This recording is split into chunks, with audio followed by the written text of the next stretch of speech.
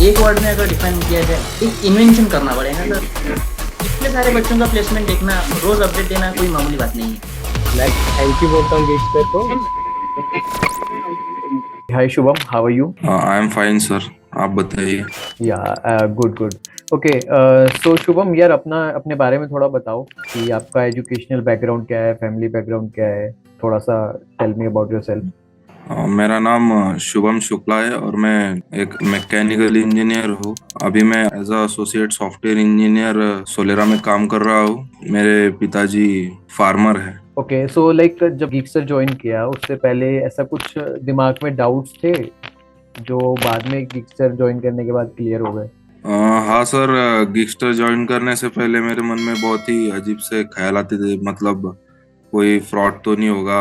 लेकिन at the end जैसे जैसे गिगस्टर के मेंटर वगैरह मुझे गाइड करते गए वैसे मैं करता गया, तो फिर जॉब लग गई। और अभी पे आफ्टर प्लेसमेंट होने की वजह से मेरे को पहले कोई पे भी नहीं करना पड़ा और अब आराम से सब चल रहा है।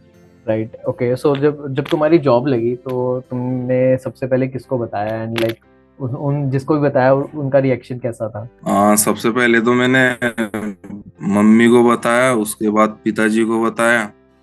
तो बड़े खुश हुए मेरी मम्मी। वो मतलब पहले ही भोले बाबा का नाम वाम लेने लगी, पूजा पाठ की, अब मेरा बेटा लग गया। और बस सब खुशी खुशी का माहौल था एकदम। ओके, सो लाइक तो तुमसे पूछूं कि तुम्हारी जर्नी कैसी थी गिगस्टर में, तुमने कैसे स्टार्ट किया, क्या क्या तुम्हारे ऑब्स्टेकल्स आए, क्या क्या प्रॉब्लम्स आई, और कैसे तुमने उसको सॉल्व किया ड्यूरिंग गिगस्टर, एंड गिगस्टर ने कैसे हेल्प करी तुम्हारी, तुम्हारा खुद का क्या एफर्ट्स थे, थोड़ा सा डिटेल में अपन हाँ सर।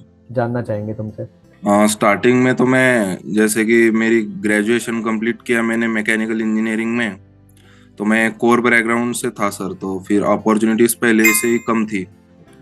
और उसके बाद जैसे मैंने खुद से यूट्यूब से जावा सीखी थी पहले।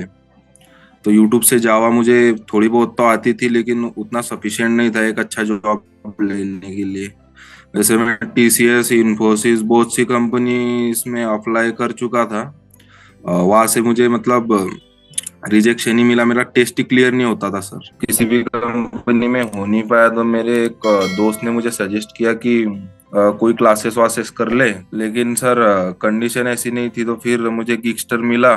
तो फिर ये बोल रहे थे कि पे आफ्टर प्लेसमेंट प्रोग्राम है, पहले पे नहीं करना, पहले जॉब ले लो, उसके बाद पे देना ईएमआई थ्रू।